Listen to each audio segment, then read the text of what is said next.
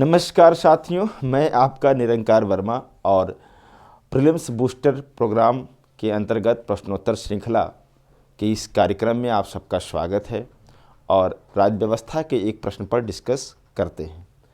प्रश्न दिया हुआ है, निम्नलिखित कथनों पर विचार करें और उपयुक्त में से कौन सा या से कथन सत्य है। यानी सही कथन की आपको पहचान करनी है और नीचे दिए गए कोड की सहायता से आपको उत्तर देने हैं। ठीक है। पहला कथन है, प्रस्तावना संविधान का अंग है या नहीं। यह वाद सर्वप्रथम बेरूवारी यूनियन वाद में आया था। ये बात एकदम सही है। यानी पहला मामला जो प्रस्तावना को लेकर के आया कि यह संविधान का अंग माना जाए या ना माना जाए, ये पहला मामला आया था 1960 में ही। ये बात सही है। और इसमें आप देखेंगे कि जो सुप्रीम कोर्ट है, इसका जो डिसीजन है उसने माना अंग नहीं है, अंग नहीं है। उन्होंने कहा कि ये अंग तो नहीं है, हाँ ये जरूर है कि संविधान को बनाने वाले यानी संविधान के जो निर्माता हैं उनके विचारों को जानने के लिए एक कुंजी जरूर हो सकती है, लेकिन ये अंग नहीं माना जा सकता। इसी को लेकर के एक दूसरा केस फिर आया, आप सुने होंगे, केशवानंद भारती वर्सेस केरल राज्य 1973। और इस वाद में सुप्रीम कोर्ट ने अपना डिसीजन पलट दिया और सुप्रीम कोर्ट ने कहा कि प्रस्तावना संविधान का अंग है। ठीक है। और सुप्रीम कोर्ट ने स्पष्ट कहा कि संविधान की भाषा में अगर कहीं भी अस्पष्टता आती है तो उसके लिए हम प्रस्तावना का सहारा लेंगे। इस आधार पर प्रस्तावना को संविधान का अंग मान लिया गया केशवानंद भारती बनाम केरल राज्य वाद में। इसी से संबंधित ये दूसरा वाद हो गया। और एक वाद और आया, आपने सुना होगा एसआर बम्बई वाद, बहुत इंपॉर्टेंट है बम्बई वाद। इसमें फिर से वही प्रश्न उठा 1994 में, और वही बात कि प्रस्तावना को संविधान का अंग माना जाए या ना माना जाए। सुप्रीम कोर्ट ने फिर वही डिसीजन दे दिया कि अंग है, अंग है, और स्पष्ट रूप से कहा कि पंथ निरपेक्षता जैसे शब्द प्रस्तावना में है और पंथ निरपेक्षता क्या है, संविधान का आधारभूत ढांचा है, इसलिए इसको हम संविधान का अंग मानेंगे। तो इस आधार पर अगर देखा जाए तो पहला मामला इसी संबंधित था, इसलिए यह कथन क्या हो जाएगा, सत्य हो जाएगा।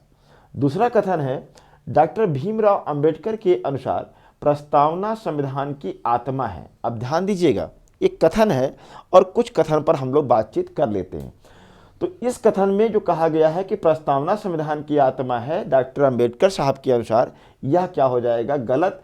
क्योंकि अंबेडकर साहब से पूछा गया कि अगर आपको संविधान की आत्मा को बताना हो तो किसको बताएंगे आप। तो अंबेडकर साहब ने स्पष्ट कहा था कि अगर मुझे कहना हो कि संविधान की आत्मा क्या है तो उन्होंने कहा, मैं कहूँगा आर्टिकल अनुच्छेद 32 को। फंडामेंटल राइट का कितना बड़ा रक्षक है ये। तो उन्होंने कहा कि हमारे अनुसार अनुच्छेद 32 संविधान की आत्मा है। तो इस आधार पर यह स्टेटमेंट गलत हो जाएगा। अब देखिए, जो संविधान की आत्मा कहा गया है वह किसके द्वारा कहा गया है, तो आप कहेंगे भार्गव महोदय के द्वारा संविधान की आत्मा कहा गया है प्रस्तावना को। कुछ कथन आप और याद कर सकते हैं, जैसे एक हैं के मुंशी साहब, आप नाम सुने होंगे। के मुंशी साहब प्रारूप समिति के मेंबर के रूप में भी जाने जाते हैं, और इन्होंने कहा कि जो प्रस्तावना है यह देश की राजनीतिक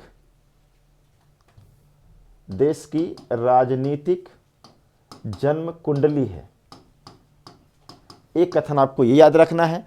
एक कथन और याद रखिएगा, एक है पार्कर महोदय, और पार्कर महोदय ने क्या कहा, ये इन्होंने कहा कि प्रस्तावना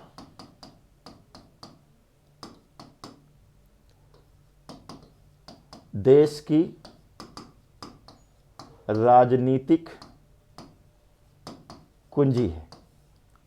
ठीक है, तो संविधान की कुंजी कह लो या राजनीतिक कुंजी कह लो, ये कहा पारकर महोदय ने। तो इन कथनों को भी आपको नोट डाउन करके रखना है। इस आधार पर यह स्टेटमेंट क्या हो जाएगा, गलत हो जाएगा। अगला कथन है 42वें संविधान संशोधन 1976 के द्वारा प्रस्तावना में जोड़े गए 3 शब्द समाजवाद, पंथ निरपेक्षता और अखंडता थे। ये बात सत्य है। जो मूल संविधान था इसमें यह 3 शब्द नहीं थे। सर्वप्रथम आप देखेंगे इंदिरा गांधी जी के द्वारा प्रस्तावना में 3 शब्द ला करके जोड़े गए, समाजवाद, पंथ निरपेक्षता और अखंडता। अब ये जो संशोधन हुआ, इस संशोधन को चुनौती दे दी गई और चुनौती दिया गया। जो वाद था, इस वाद को हम कहते हैं मिनर्वा मिल्स वाद। मिनर्वा मिल्स वाद। इस बात को 1980 में इसको चुनौती दिया गया और इस वाद में सुप्रीम कोर्ट ने जो ये संशोधन था इसको सही माना, कहा कि इससे प्रस्तावना का विस्तार ही हो रहा है, यानी इसको जो संतुष्टि मिली वो मिली मिनर्वा मिल्स वाद के आधार पर। तो यह भी कथन क्या है, सत्य है। अब देखिए अगला है प्रस्तावना में संसद को संशोधन का अधिकार नहीं है। ध्यान दीजिएगा, क्योंकि ऐसा करने से प्रस्तावना की प्रकृति में परिवर्तन हो सकता है। तो कह रहा है कि प्रस्तावना में संसद संशोधन नहीं कर सकती है। बट आप देखिए संशोधन के मामले पर जो वाद है वो फिर से हम जाएंगे केशवानंद भारती,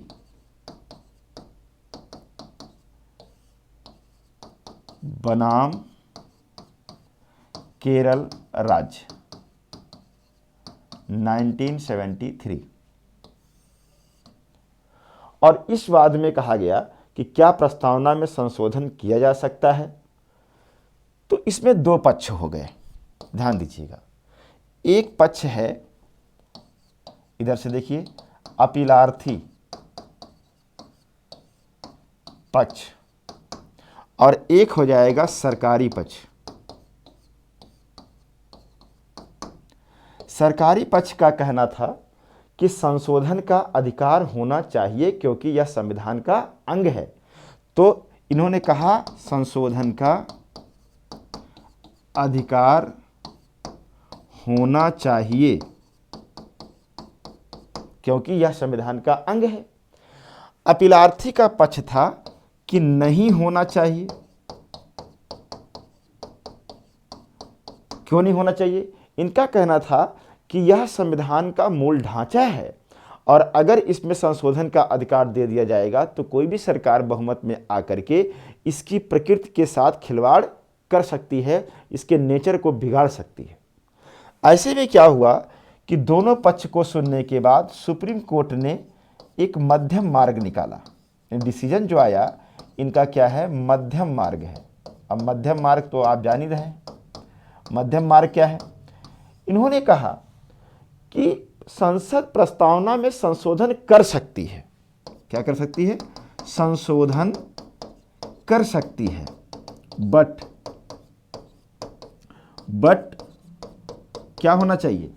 आधारभूत संरचना यानी आधारभूत ढांचे का उल्लंघन नहीं होना चाहिए। अब आधारभूत ढांचा क्या है? आधारभूत ढांचे को अगर देखा जाए तो हम आगे डिस्कशन करेंगे इस पर, लेकिन फिलहाल आप ये समझ लीजिए जैसे पंथ निरपेक्षता है, समाजवाद है, अखंडता है ना, संप्रभुता है, ये सब क्या है?